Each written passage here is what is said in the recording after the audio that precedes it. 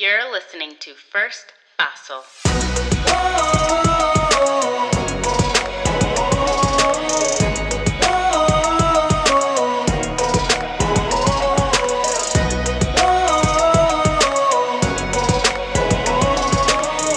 Because sometimes you simply need someone to help you take that first fossil.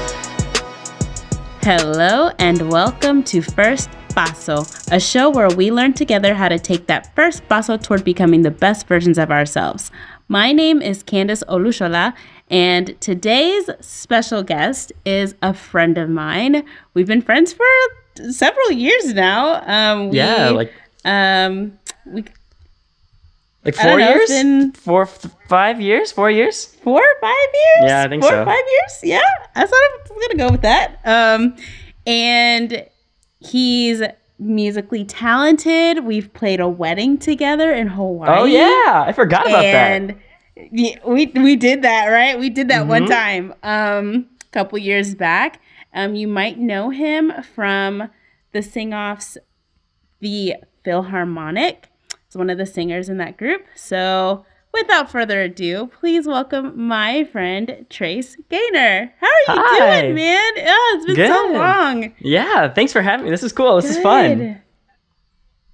Yes, I'm so glad you're able to do this podcast. Like, I'm so excited to talk with you and hear more about you and things that I probably have no idea about you. And it's just super fun. It's fun to do. It's funny to do podcasts. It's funny to do podcasts with people that you are like friends with, and you get to ask them questions that like you don't like get to know you questions that you don't normally get to ask. So it's fun to do these sort of podcasts with people that you know, because you get this background that you like never talk about things you never really normally talk about. Exactly. That's been the coolest part about doing this podcast, because I'm interviewing a lot of my friends, and I'm like, wait a second. I didn't know that about you. What? Yeah. Like, we've been friends for too long and I didn't know that. That's crazy. So it's just super cool to be able to do this. How have you been during 2020 COVID quarantine? Good. So obviously, like, I mean, for everyone, it came like out the blue, right? So Philharmonic, we were on like a big old tour in the middle when everything started. We were in New York City right when the lockdowns all started, which is right in the center of everything was. And so we cut the tour off about a month early and just flew back to LA, and everything for the rest of the year was all canceled. So it's like, now what? What do you do now? So just been here in LA and hanging out and working on stuff and making new things and doing podcasts, and it's cool. Right. Okay. Yeah, that was kind of abrupt. I know you guys were in the middle of tour. I think Pentatonics, they were in the middle of tour too. Yeah. A lot of people were just like in the middle of tour. The middle of like life, in the you know, just like and everything. Yeah. So it's just kind of like, canceled. Go home. Like, oh, okay. Well, we were getting notifications. But you guys have been recording stuff though. A little bit. I mean, I remember when we first started, everyone's like outside of Acapella started doing those Square videos. It was like, Acapella has been doing those Square videos for years, and now everyone's jumping on board and doing them. So I was like, nah, there's too many of them. So I mean, Philharmonic, I think it's nice for us to take like a step back and take a breather and be like, and like get to regroup, you know, because we've been touring like nonstop. And I mean, obviously like Pentatonics is the same way, but just like constantly on the road. And it's nice to like take a step back and be like, all right, I'm home. What do I want to do? Like, what do I get to do that doesn't involve me being on the road? Honestly, this is the longest I've been in Los Angeles since college. The longest stretch of time I've been home in 7 years. Wow. Yeah. So much of just like that's probably been nice though. It was a little bit of a like culture shock. Even just like going down to like, I've never had to grocery shop for this long, you know, like I haven't had to like, so much of my life has revolved around the fact that I travel every 2 weeks, you know, and so it's weird to like have to rethink everything about what you do just because what has been my post-college life does not exist anymore. So it was a little bit of like, ooh, now what? What do I do? Like, I don't even know what to eat. Like, how do I eat? Like, right. There's a whole change that came with that. But I think, what were we like 6 months in now? It's been good. It's I'm fully adjusted to living in the same place now. Yes. Man, it's been 6 months of this. That is wild. It really has been 6 months. Man. It feels like it was yesterday, And but also it's been 4 years. Right. 100%. It's been a day and 500 years long. It feels like it's been the slowest week. Right. So true. There was a whole season where like I guaranteed every single day was Tuesday. Like I just didn't know what day it was. I was just like, it's still Tuesday. And Mom's like, Candace, it was Tuesday 3 days ago. And I'm like, I don't know if that's accurate. Like I really honestly, truly May believe in my heart of hearts it is Tuesday. Right. Just one long Tuesday. Yeah. So, oh my goodness. It's just a mess. But and I am here ready we are. For Friday. We're here.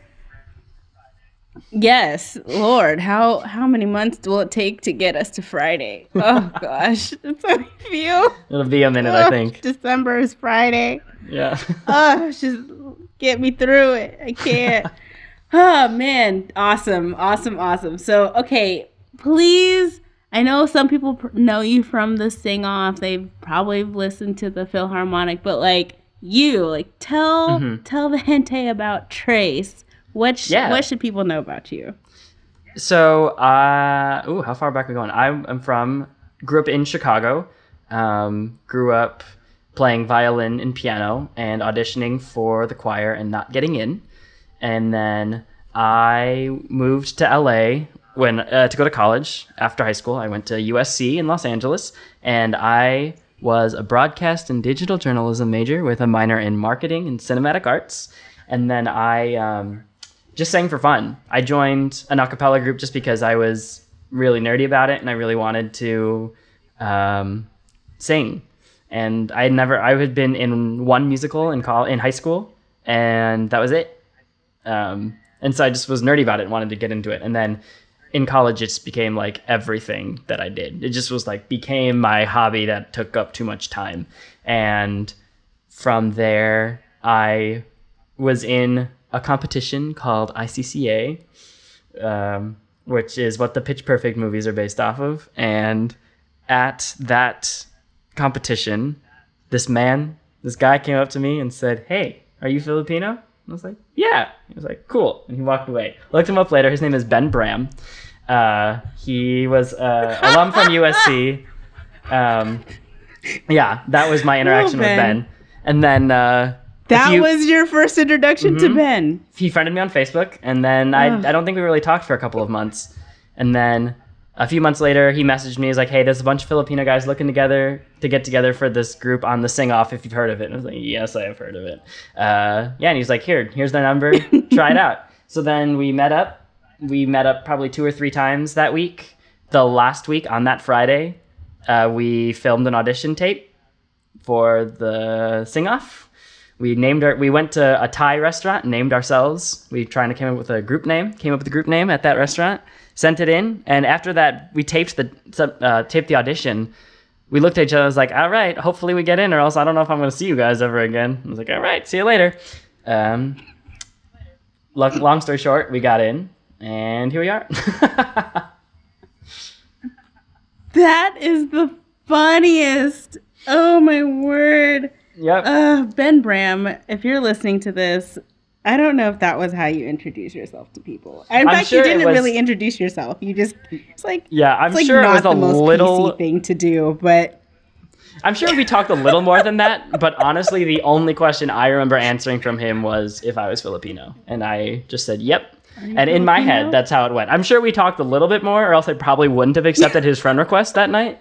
But in my head, that's exactly how it went down. I'm like, wait, isn't that the guy from earlier today who asked me if I was Filipino? Meh, okay. Yeah. Except, like, oh my word, that is the best story. What a loop-de-loop story of, like, didn't get into choir, boom, sing off. Yeah, I did not get into choir. I was, and this is not to say that my choir, like, made a mistake. I was bad. Like, I was not a good singer. This this was entirely on me. Like, I see videos of me like singing in my living room and stuff when I was in high school and middle school, and it's like, yeah, they made the right choice. You should not have been in that choir.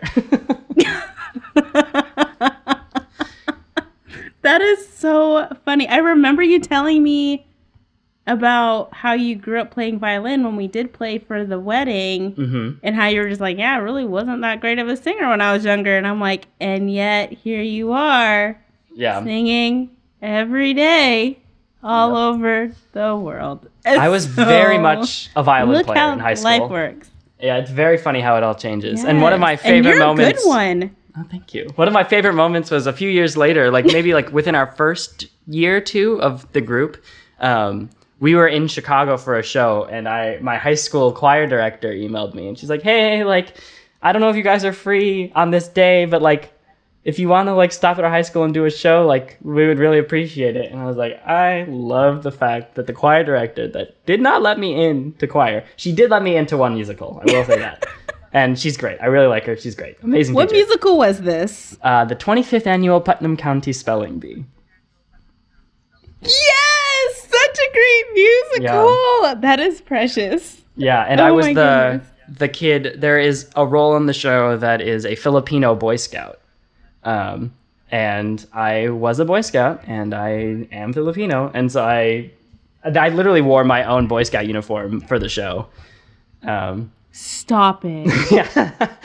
And so that was that was the one That's show I was in. That's even more precious. The show also, I do sing a song about being distracted by a girl in the audience who arouses me in the middle of the show and makes me distracted. And so I sang a song with all my friends and family singing that song. And yeah, that was the role I played in the musical I was in. That is, oh my word, that is awesome. I'm sure she was super excited to have you guys perform though, and like. Oh yeah, no, it was great. She's awesome. That is awesome. That is so awesome. I love that. Well, thank you for giving us a little bit more background on Trace. So yeah.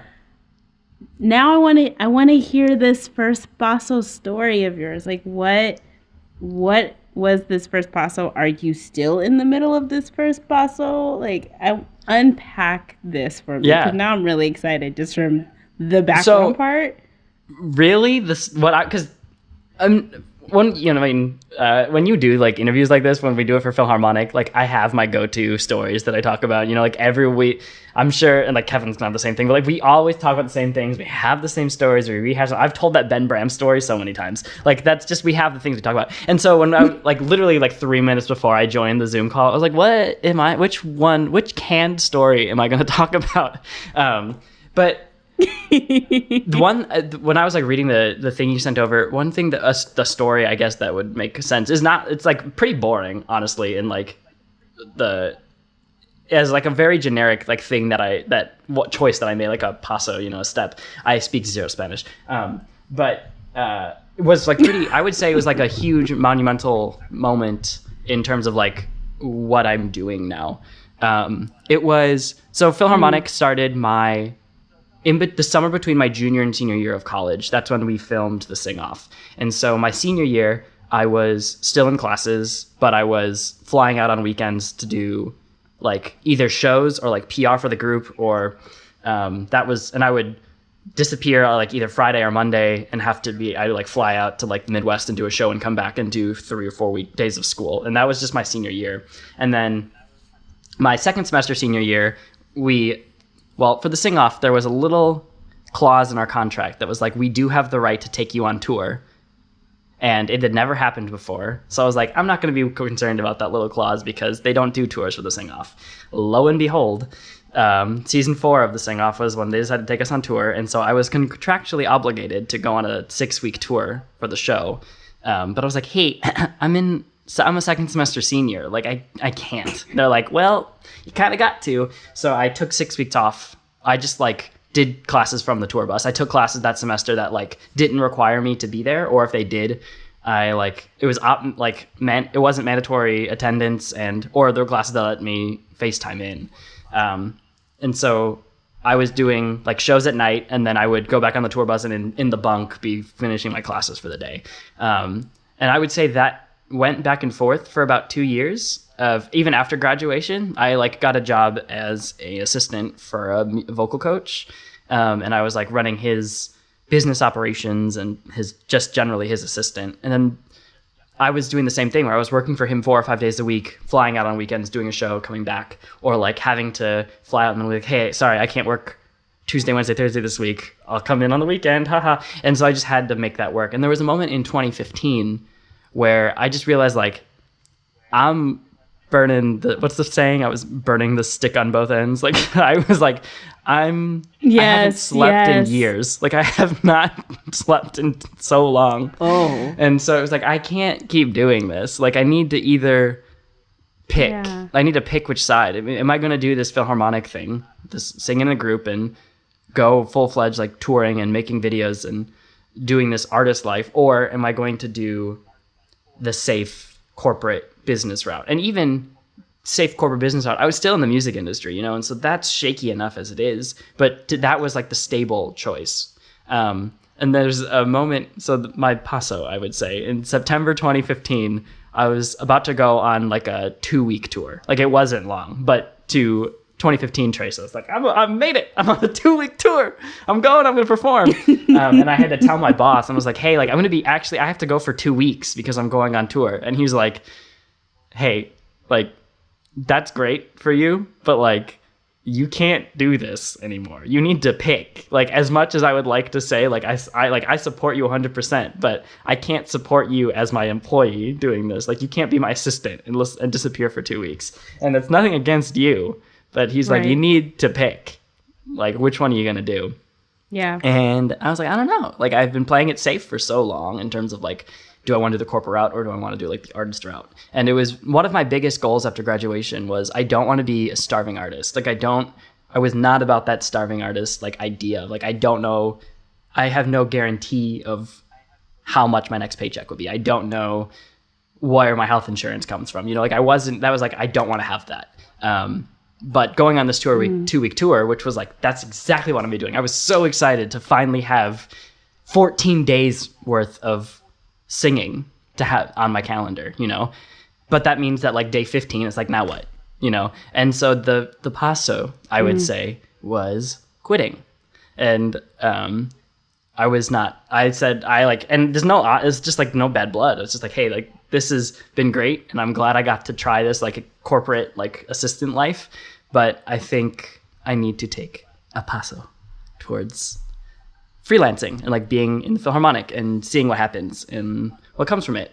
And yeah, it was a few months later we were in Pitch Perfect 2. So luckily it worked out, and even just the 10-second cameo in Pitch Perfect 2 opened so many doors for us in the Philippines. And then from that, it was a whole different ball game after that. And I don't know if that would have happened if I stayed as the assistant and I would have climbed that corporate ladder and gone and worked for a record label or gone and worked on the corporate side of things somewhere else. But there was a point where you have to be like, which direction am I going to go?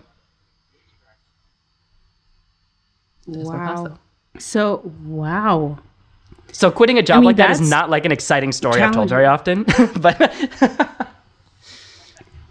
But that's a crucial decision to make, to make that step towards something that doesn't look like it could potentially be long lasting. Like you have no idea what's on the other side of this, but for sure if you stay at your job, like you're going to still be there. You'll be fine. Yeah. So how much time did you have between your boss being like, hey, proud of you, but like you need to pick, and then actually making that decision and letting him know? Like what was the letting him know part? Yeah. Like how, like what was that time frame?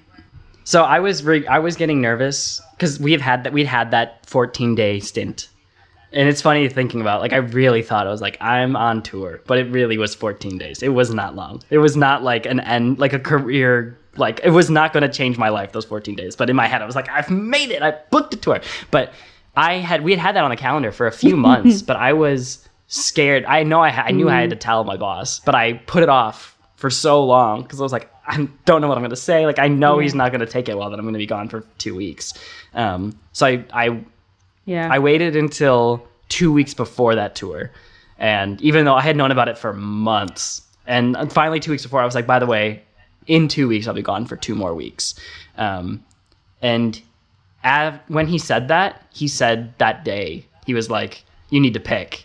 And I was like, and then I sat like the whole, like I told him in the morning, I like worked that day. And at the end of the day, I was like, hey, like, I think I'm going to do the tour and stick with my group and see what happens with that. So this is my 2 week notice. And he goes, don't even worry about your 2 week notice. Like, I'll pay you for 2 weeks, your 2 week notice, but you don't need to come in anymore. Like, prepare yourself. Like, take these 2 weeks to like get ready for what's going to happen after this tour. He was like, so this is your last day. Like, thanks for everything. I was like, wow. He's like, so I mean, it was, it really, I wasn't expecting that. That's like bittersweet and really kind. Yeah. I was like, that's both kind of like, oh, I wasn't mentally prepared for today to be I was my not last day, ready. but and I think he knew that too, that I wouldn't be ready mentally to leave any point ever. Like, I would never be like prepared, like last day. He was like, all right, if that's what you want, I'll help you do it. And he doubles as a inspirational, a motivational speaker. So that helped. I got the motivation. Yeah. I think that was so kind of him to like recognize that you would need that time and to still be willing to like, I'm going to pay you as though you were here, but I want you to cultivate your mind and process what you're about to embark on and really think about that decision that you've just made today. And it's nice that you put it that way, but really it was like, get your ducks in a line, like find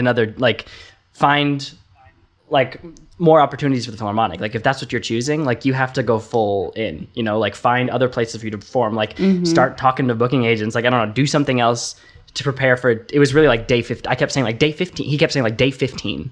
Like, you're going on a 14-day tour. Like, you need to be like, you've got those 14 days down. But if you're going to choose that freelance artist life, like day 15 is what you need to be worried about now. And so take this time to like make a practical plan for day 15. Wow. So I guess then my question is, because I actually have two questions. One, what were those 2 weeks for you preparing for that little 2 week tour? And how did being on that tour help you to get ready for day 15? It's funny because the build up to that tour in my head was so big, but I could not tell you a single thing about those 14 days, like the first big tour we did, because like Philharmonic, we've been traveling so much and we do so many shows. Like, I do not remember a single element of what that first tour was because we've done so many since. And like, it ended up being just one of literally hundreds that we do. Like, I don't know if you can see it from here, but in my room, I have a map. And on that map, I have a pin in every place that we've done a show. And it's literally in the hundreds. Like, I don't remember where we went on those 14 days. I don't know what happened, but it ended up being one of many, many, many tours that we did. While I don't remember specifically what I did in those 14 days, I probably wasted them, to be honest. Like, those 14 days off, because you can't really prep for like I keep saying freelance, but I don't know if that's the right word for it. Like, you can't prep for this like question mark lifestyle of like, you're not gonna have a employer to check in with, a boss to check in. Like, you are your own boss, you know? And like, it still is a process of like finding what you want to be doing or where you want to be working or what your next entrepreneurial endeavor is, you know, like, it's constantly changing. And I can guarantee you those 14 days that my boss gave me were not productive because I'm still learning about how to handle free time like that. But nowadays it's like, oh no, I just got the upgrade thing for. Oh no. Oh, whatever. That's fine. Maybe we'll join a new one. But yeah. What was I saying? Oh, I still like, there's a constant balance of like finding longer term projects to work on and working on passion projects and short term projects to work on. It's just like it's a constant juggling act of finding things to do. And especially in quarantine, like this has really put it to the test how productive you are, you know? Yeah. So how was it telling your parents that you had officially decided to do this venture? Because I'm thinking back on when Kevin decided it and how it looked in our family for him to make that decision. So I was going to say Kevin's is way more intense because he was choosing between. Kevin was choosing between doctor, right? Like he's like a med student, isn't he? Right. Yeah. He was like, I think I'm gonna go to music instead of be a doctor. Yeah, and, that's huge. You know, mom was like, called it, and dad was like, what? Oh, that's funny. My family swapped. Yeah. So like. Oh really? Yeah, so my dad is a musician. My dad's a composer, and he does a lot of he does music for TV shows and stuff. And he was the one pushing me in high school to major in music. And I was like, nah, I'm not gonna do it, nah. And then so when I finally was like, oh, I'm gonna be a singer, he was like, told you. And I mean, both of them are obviously concerned when you tell your parents like, hey, I'm gonna quit my steady job to be in an acapella group. They're like, in a what? Like they're not.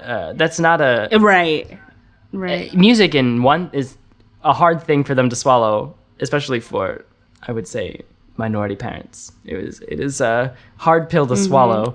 But you're first generation American too, aren't you? Yeah. No, I'm. Are you first generation? I'm fourth generation American. I'm very Americanized. Oh, okay. But I think that mentality still carries, because my grandma grew up in Hawaii before it was a state, so she's like an awkward 1.5 generation.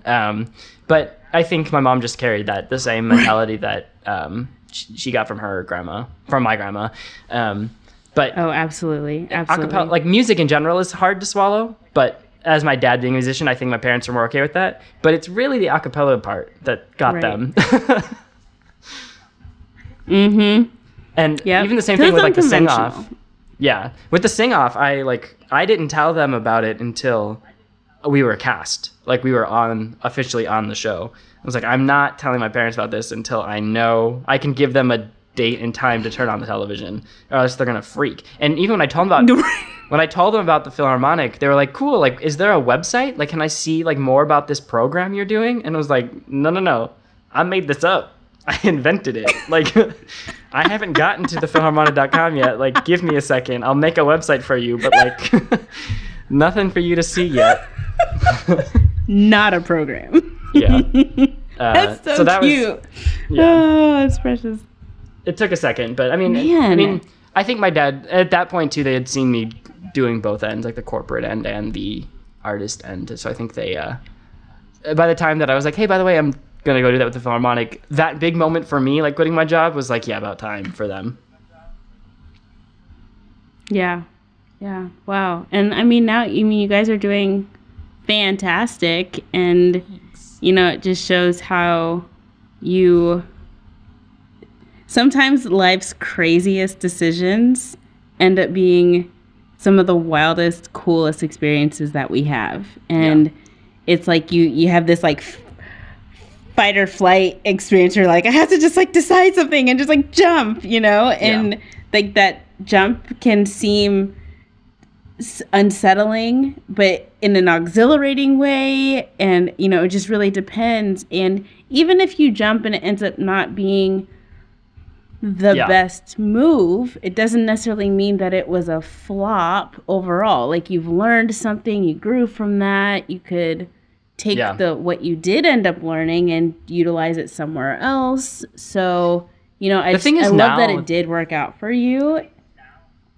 Yeah, the thing is that it's easy now, 7 years later, to talk about that one step, and be like, and I took that one step and it worked out for me. But you could do a whole other podcast about another step I took that did nothing, or one thing that I tried that like didn't work and nothing ever came from it. You know, it's easy now to be like, that is the one that worked. But there's so many other times that like you just have to, there's going to be so many different things that you try and you're going to get 98% of them be nothing, you know, but it literally all it takes is one yes or one try that works. And then you've got something, but like there's going to be a ton of them that do absolutely nothing. Yeah. Yeah. Was there any point in that first year before you figured out you'd be on Pitch Perfect 2 or anything, but after that first tour where you were like, I don't know if I should all the continue this?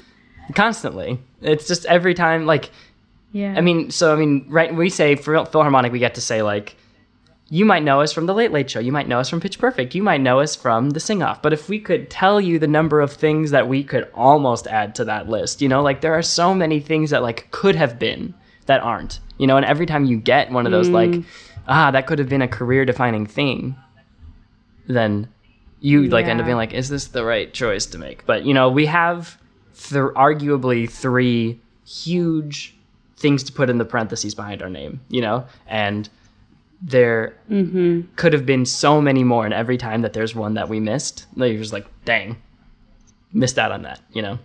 So they're gonna happen, but we got 3, and it's a pretty, those 3 behind the parentheses is an impressive way to introduce the group, you know, so it's good. I'm so glad that you made this first Basso, you know, decision, and you had a team to do it with, you know, because some people are like, I'm going to try to do this solo, you know, and a lot of people do that. They just make that big move all by themselves. They go to LA, or they go to Nashville, or they go to Chicago, or they go to New York, or they go, you know, wherever their, you know, dream thing is, and they do it alone. Their family, their friends don't go. They don't know people there. And they just kind of see what happens, and it either works out or it doesn't. And if it doesn't, like, what do you do from there? You don't have the support there. So what do you do with that? You know, but it's nice that you got to, I'm sure you guys probably talked about it throughout, you know, trying to figure out, like, what should our next move be? And you have that support of the unknown with the other guys in the group. Yeah. And realize that you guys can lean into each other in that not knowing to hopefully make it work out. So, I would have never done that alone. Like, I would have never toured like that by myself. Like, I don't know how solo artists, or like, we would see a lot of like stand-up comics doing a lot of like the same venues we were doing. And I was like, I don't know how you do this, because I would not be able to do this by myself. Like, I would lose my mind. So perhaps the people that decide to go out and do it by themselves, but acapella was the way to go. It was with people, and we had no gear. We could do it all of ourselves. So that was the best way to do it, acapella. Yeah. I think that's so nice. That you did have that support, and you still do have that support. Like, you guys are still, you know, you just never know, like the uncertainty of Corona, like, y'all didn't know that was no one knew that was gonna happen. So you know, it's that still, there's an uncertainty moment. What do we do? How do we fill in this space and still, you know, have an income, and you know, we're productive, and you always have to have those conversations when you are in a profession that can change at any moment. You know, and it's crazy too, just really to have. Cool. I like your first Basso story. Oh, thanks. I'm glad that was. I was nervous because I was like, that's such like a normal thing. It's like, I left a job, which like everyone at some point leaves a job, you know. And it's just like, and it's also not a story that, it's not a canned story that I tell, because it's on its surface level pretty basic. Yeah, but it's still an important story to tell, and I think. You know, I think a lot of, especially young people coming out of college, and like, you're trying to figure out your life after college, during college, and you've declare a major and you feel like, oh, this is what I'm either supposed to do because I was told to do it, or I've always dreamt I was going to do this. And you have all these ideas. And yet I feel like for more people than we hear stories about, the college experience that we have it doesn't set us up for what we think it's setting us up for.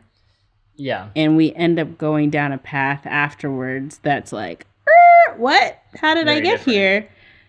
But yeah, it's different. It's not the status quo. It wasn't in the plan. You know, so many things can happen no matter how we plan, how much we plan, how much we've talked about the plan with the family. Like, I mean, so many things. And then when you're a minorities kid, you know, there's another level of expectation that non-minority students don't really understand, especially you have that cultural background that is from outside of the country that you were born in, or maybe your parents or your grandparents or whatever was born in.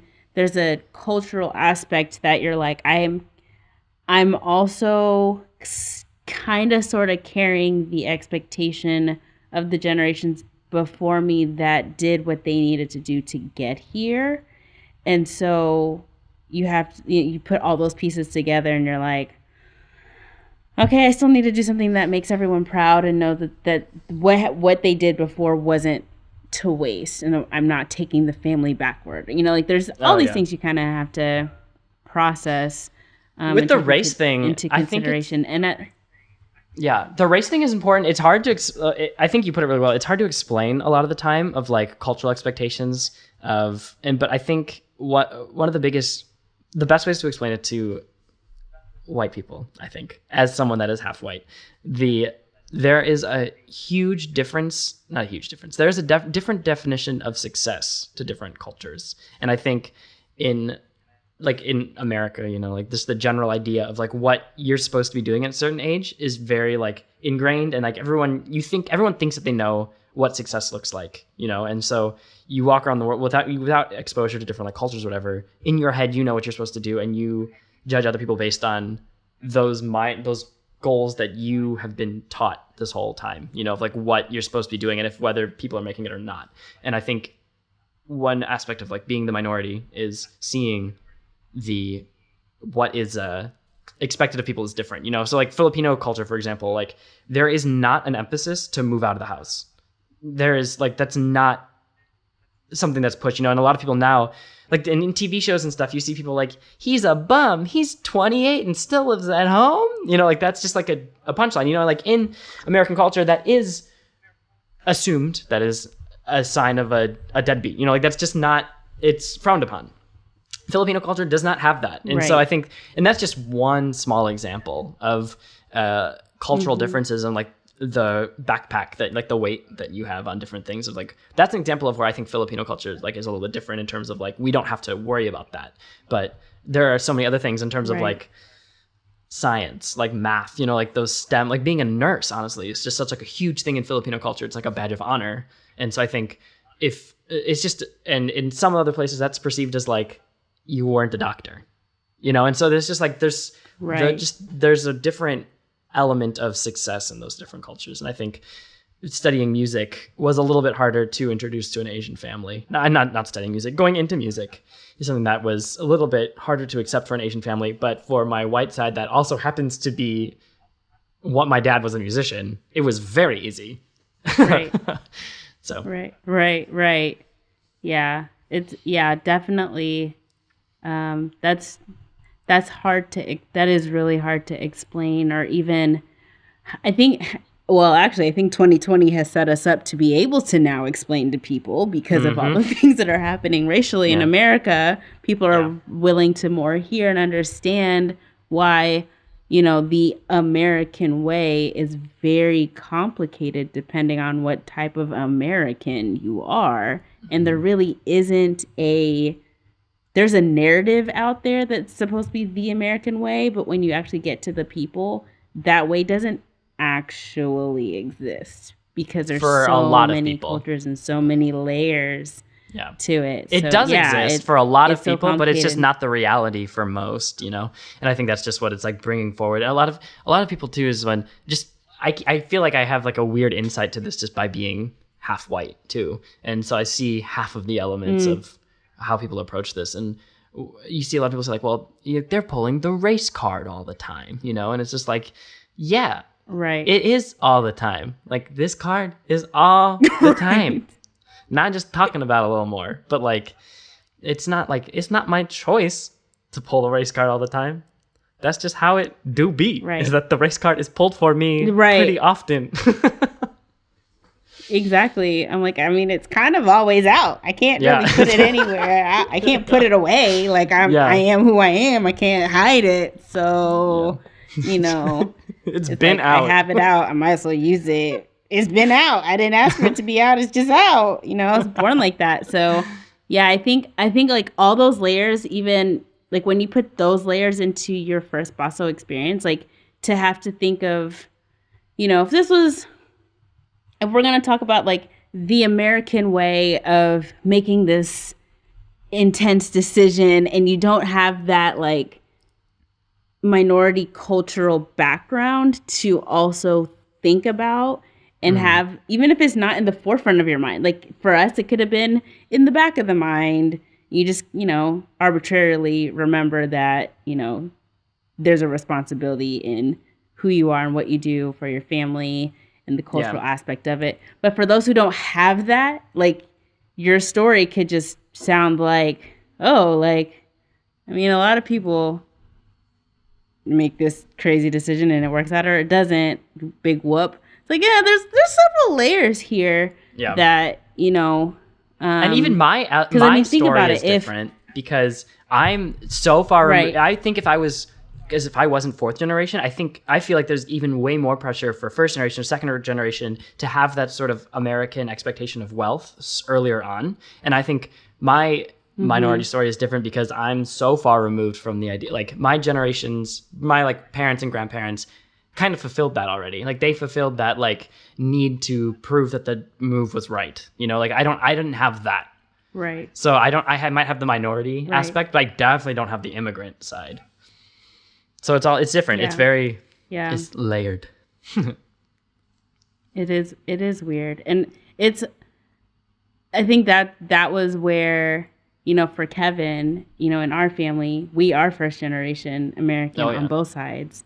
And so when Kevin made that, hey, just kidding, I'm going into music instead, why my mom didn't react the way, you know, she didn't freak out is because her family is filled with musicians, like her father, her grandfather, her siblings, our cousins, like everyone is in music on my mom's side of the family. So it wasn't out of the norm. And she saw it coming long before Kevin saw it coming. But dad's side of the family is very like, you know, you have doctors, you have lawyers, you have engineers. It's like very academic based.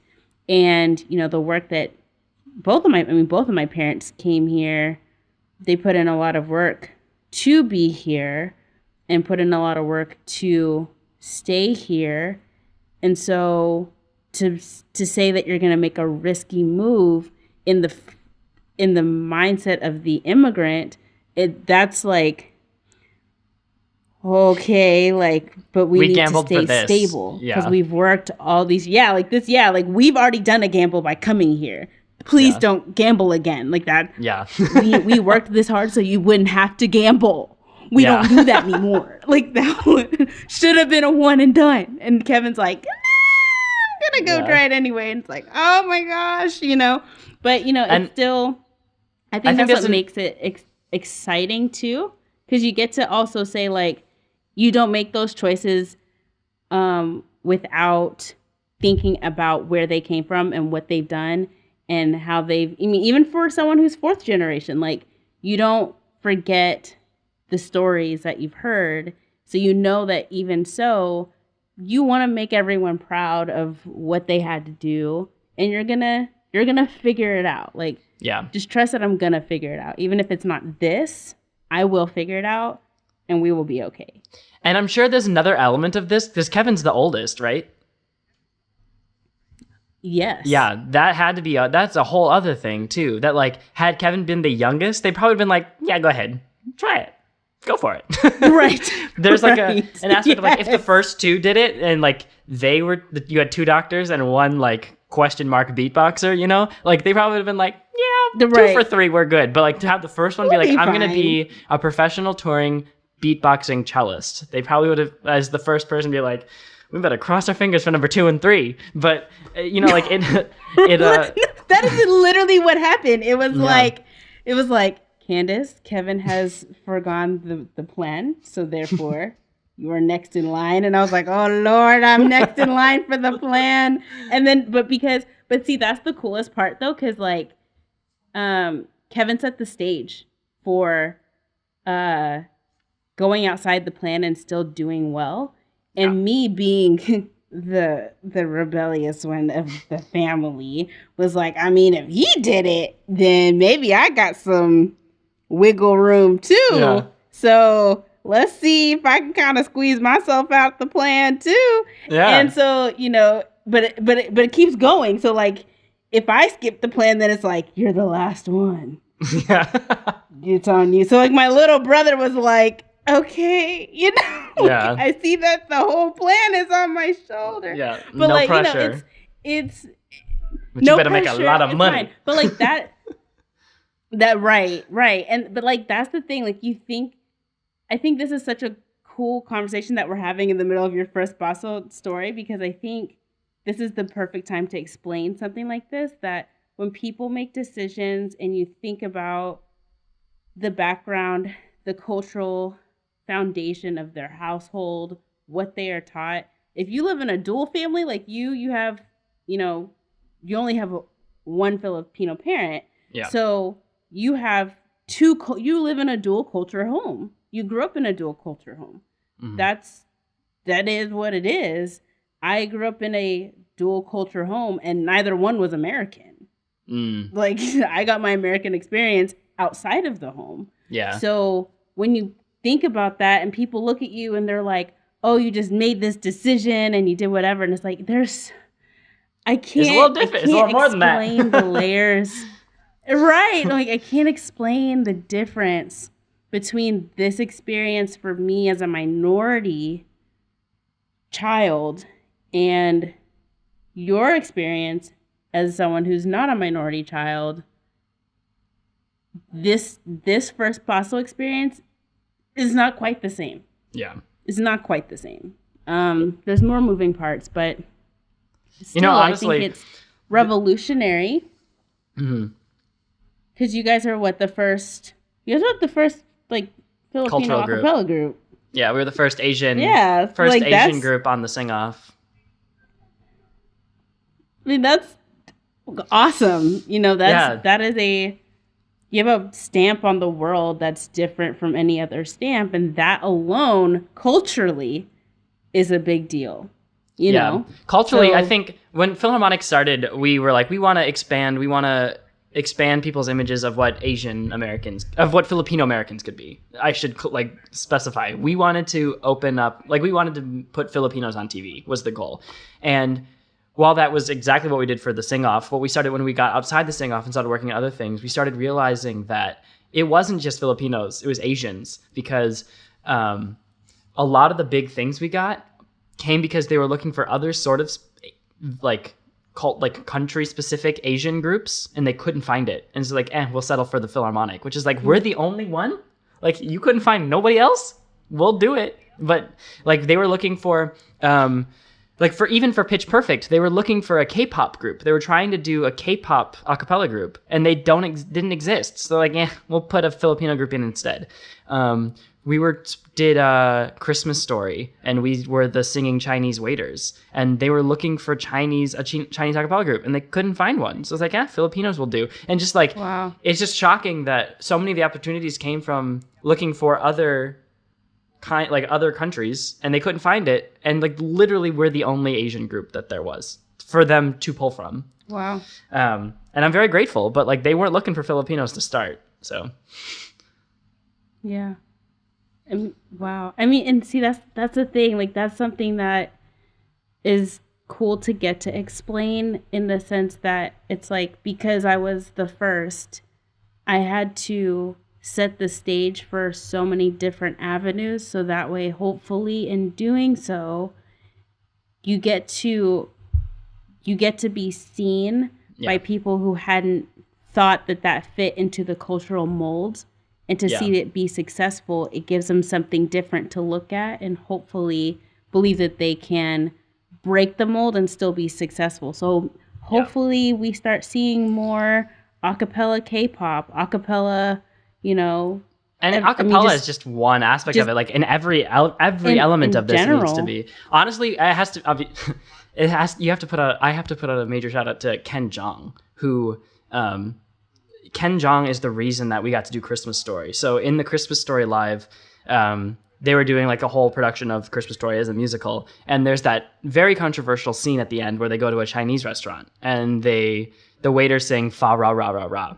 And they were going to do it again, but they were going to do it right. They were like, we're going to not make it racist. And so they were determined to do this scene. But in the show, they had already signed on another boy band called Pretty Much. And Pretty Much was going to be like the background carolers throughout the show. They were going to be like in multiple places. And they were like signed to a label, and they're very ethnically diverse to begin with. I think there's 2 black guys in Pretty Much. There's a half Asian. They're pretty diverse. But they were supposed to be the singers in that group, and they were supposed to be the waiters in the Chinese restaurant. And they were seen many other times in the show. But they're like, oh, we need more singers. Oh, call over that group that's singing in 15 other scenes.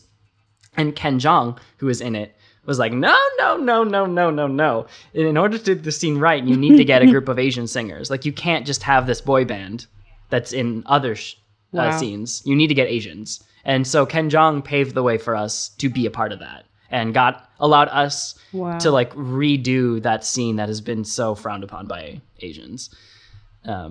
So shout out, it's cool that we got to do that, but also you like, when you get into positions like that, you have to remember that like you have to like put your foot down and be like, this is, it's cool that I'm here, but like we need to do right by other people that are also trying to climb the ladder. Right. And it's nothing on Pretty Much. Yeah. Like we've told that story before, but it's like it's like not Pretty Much's fault. It's not that group's fault that they were originally slated to be the Asian group. Like they were already in many scenes, and it was just like, yeah, we'll just bring them over and they can sing one more song. But it takes one person an Asian in entertainment that's kind of climbed the ranks to be like, to pave the way for other people to do it too. Yeah.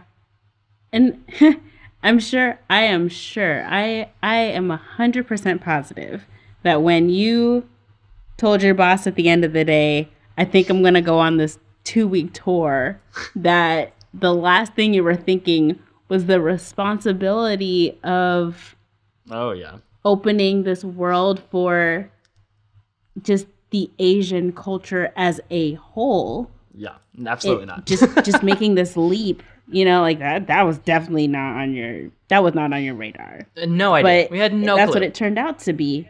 Yeah. And one of the biggest turned out to be that way.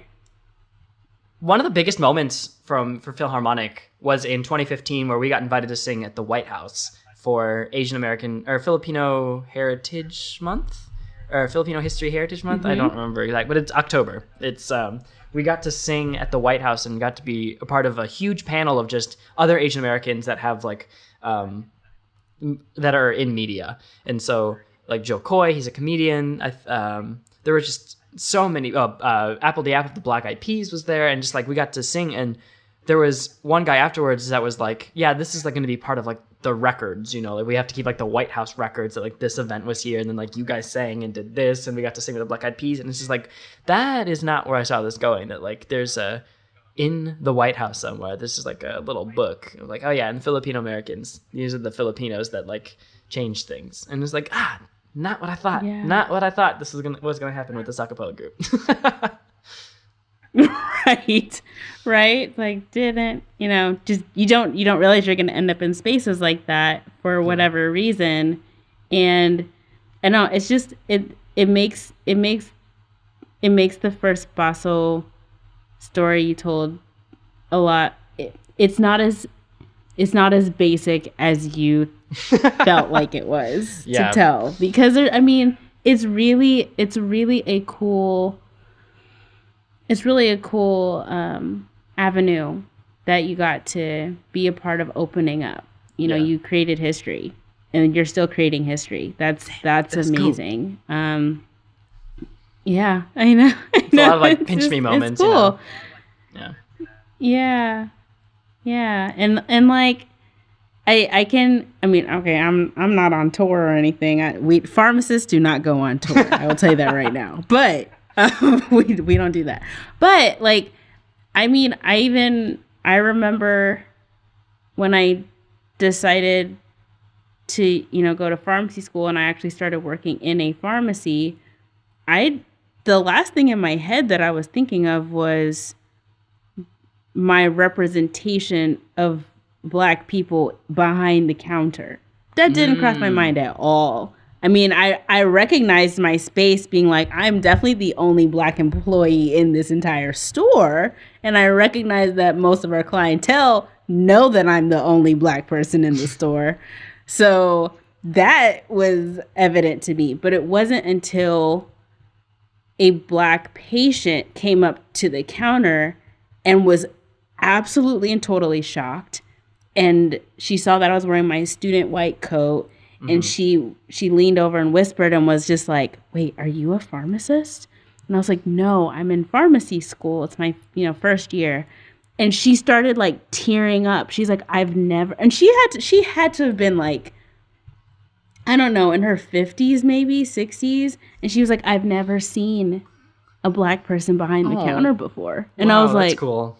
Oh, and she's like, "I'm so proud of you. Like we, she said, we are cheering for you." I'm like, she's by herself, so she must mean the Black community, like all the Black people.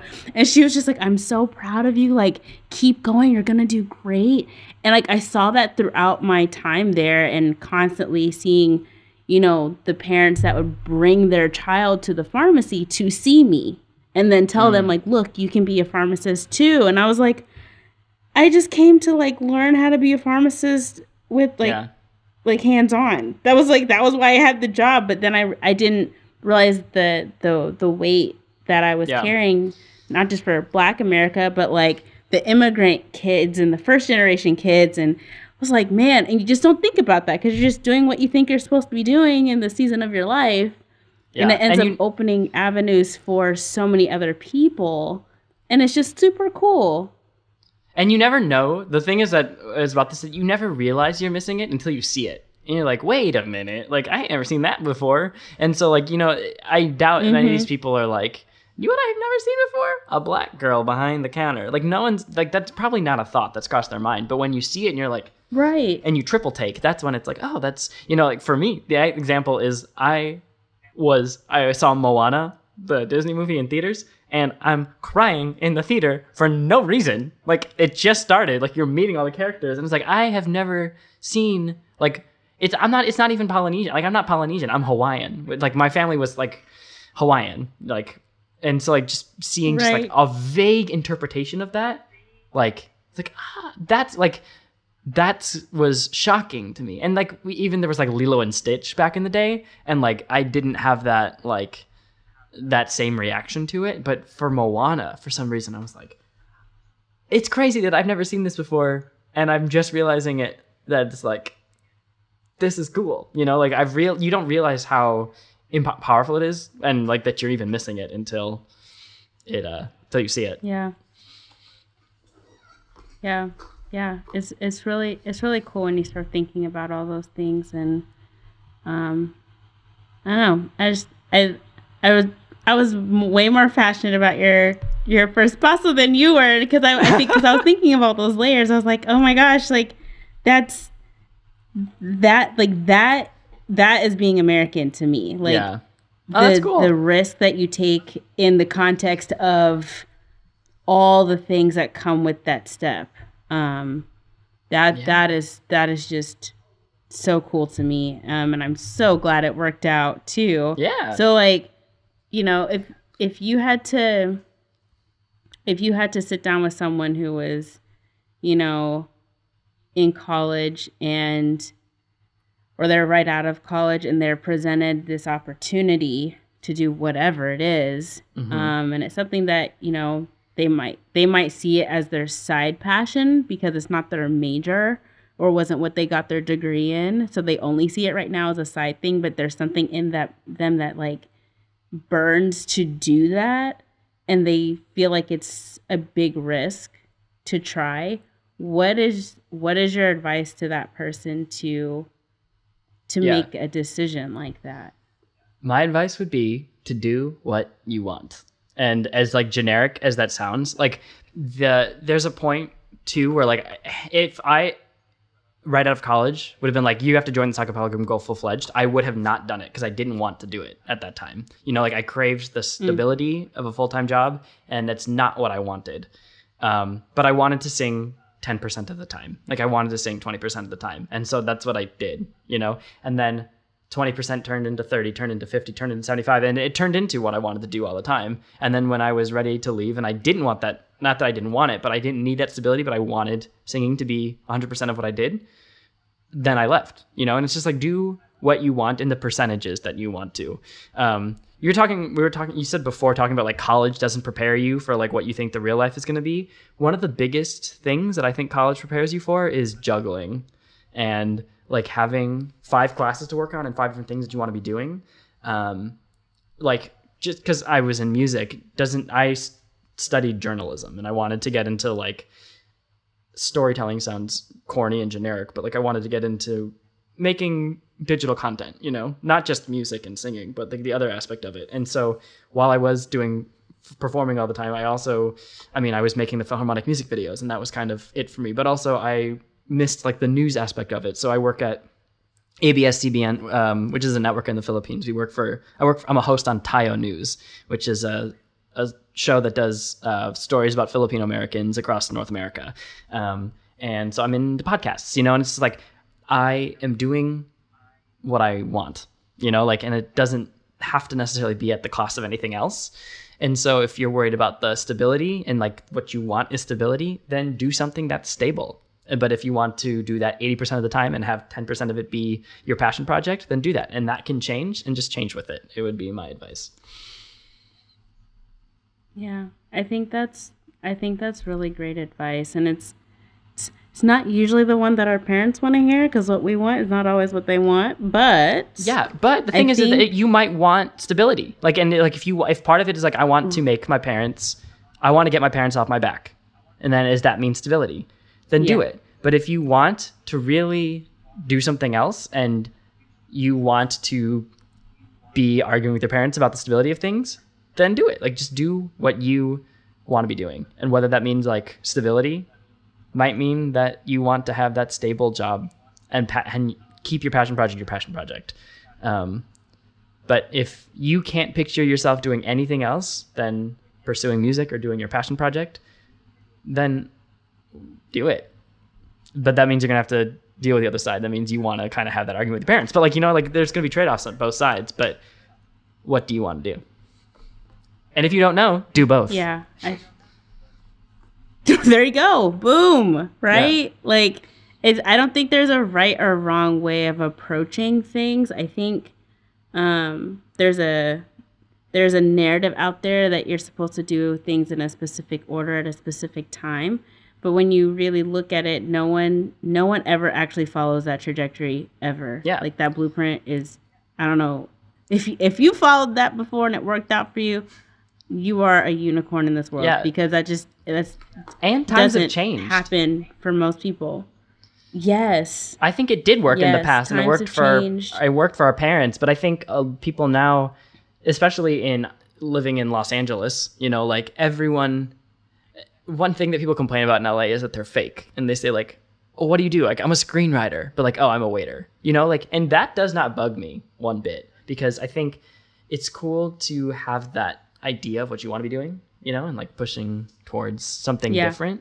And you can be doing like, part of my job is I am a Filipino boy band member, but part of my job is also that I'm a news reporter. And part of my job is eventually I want to be a podcast producer. And part of my job is I want to be a brand manager for a digital thing. You know, like you don't have to have this one career aspect of your, like the way that I think our parents' generation was. Things are different. Like, and I don't know, like I don't do it all the time, but like I can teach music. Like I'm a music teacher, you know, like that. It's just like, and I'm a violin player. Like I will fly to and do a violin gig in Hawaii and just like, yeah, whatever. Like I'm not a professional violin player. Like I don't go do it very often, but I can add that to my job if I wanted to, you know? And I think it's times have changed in that sense that you don't have to pick one thing anymore. Like you can be a pharmacist and a podcast host and they can both make you money. Yeah. Yeah, I think the world has become flexible, and it's hard to articulate that when you have, you know, when you're raised by parents who didn't have that flexibility available to them, and they're raising kids who do, and that cultural clash or that generational clash can make it seem like, what is going on? What are you doing? Is this the right thing? And it can be a little confusing, but I think you should trust where the world is going, in that if you try something that you're passionate about now and for some reason it doesn't work out, the world is flexible enough that you have endless possibilities still at your feet. Oh yeah. To try out afterwards. So, and everyone's working. Everyone says they're working at home from now. Like everyone's working from home. But honestly, another way to look at it is you're living at work. Like anything that you want to do right now, like you could start a job from your bedroom, you know, and it's you like with COVID, like you can be living at your job, which is a terrible thing sometimes because you feel like you can never escape. But at the same time, it's kind of like, you can make anything you want right now. Like you can start a new career. You can start a podcast. You can start a YouTube channel. You can get TikTok famous. You can become a TikTok dancer. Like there's just like so many things, so many elements of now, like it's a lot more open-ended about where things can go. Yeah. Yeah. I think that's great. And I hope those that are listening feel a little bit more inspired to just try what's on your heart to do, and, you know, write out a plan as best as you can and be open to things changing in that plan. Don't get too scared when those things change, because that might just be a door that you didn't think was available to you that you are now allowed to walk through, that's been presented to you. Or, you know, maybe it ends up being a complete flop and you're like, man, I tried this, but you still have opportunity to have learned from that step, and you took a risk, and so you've learned how to take a risk. So when you take another risk later, you will have more skills to do that. And, you know, there's just so much that you can try and so much that you can put into that. The world, so many facets of the world are at your fingertips right now, that I don't want anyone to feel scared that one step is going to be the demise of their entire existence. You know, you just never know. You never know until you actually make that step, make that decision. Try to find a support system as best as you can in that decision. But trust your gut. Trust your gut and trust where it's taking you, and just take it one day at a time and enjoy the process. I think that's super important, to enjoy the process too. So you better preach, Candy. You so much. Yeah, I'm just, I gotta let the people know. Enjoy the process. Enjoy the process. So I just want to thank you so much for taking the time to talk with me and share your story and the facets of that. And we got into a little racial cultural conversation in there too, which I really love. So passionate about that right now. I'm sure a lot of people know how they can find you, but in case someone on this podcast does not know how to find you, Trace, how can people look for you on social media? I am at Trace Gaynor on Facebook, Twitter, Instagram, TikTok, all the above, at Trace Gaynor. Yeah. And honestly, email me, trace@thefilharmonic.com. Shoot me an email. If you have questions, whatever, I'll respond. There you go. Yeah, send him an email, shoot him a DM on any social media platform out there. He's very sociable. He loves to talk to people, and I'm sure if you needed advice, he would be willing to give it to you. So don't be afraid to reach out Don't let that blue check mark freak you out. These regular people too. So that's so funny. some people are scared of that blue check mark, you know? I love doing the I think podcasts are really cool like this because it allows it's like way more like exploratory than so many other things. Like Instagram is so like rigid now, you know, like you have to like act a certain way and like talk a certain way in public. And I think podcasts are really cool to like hear sides like this, and like you can say things and like get more in depth with things that in like most social media you cannot do. Like blue check mark, like it is intimidating, you know? So it's cool to like hear podcasts like this and break it down. Like, yeah, just email me, just DM me. Yeah, guys. Yeah. Totally cool. This podcast was chill. Contacting him will be just as chill. I promise you. Scout's honor. So, thank you guys so much for listening to today's episode. If there are any topics that you want me to cover in the future, any situations you want discussed, any stories, any people that you want me to try to find to address the situation, hit me up on Twitter, on Facebook, on Instagram. You can email me, tag me. I will respond. I will reach out to you. I want to hear from you guys. And if there's any stories that you have to share that relate to Trace's story, something similar, a step that you took that led you in a direction you weren't expecting, whether it was a positive or negative experience, and what you learned from it, please share those stories with me. I love reading those stories, and I want to collect them and share them on future podcasts, so please don't hesitate to send me those stories. I think they're really cool, and people want to learn from your stories as well. So until next time, you guys, take care.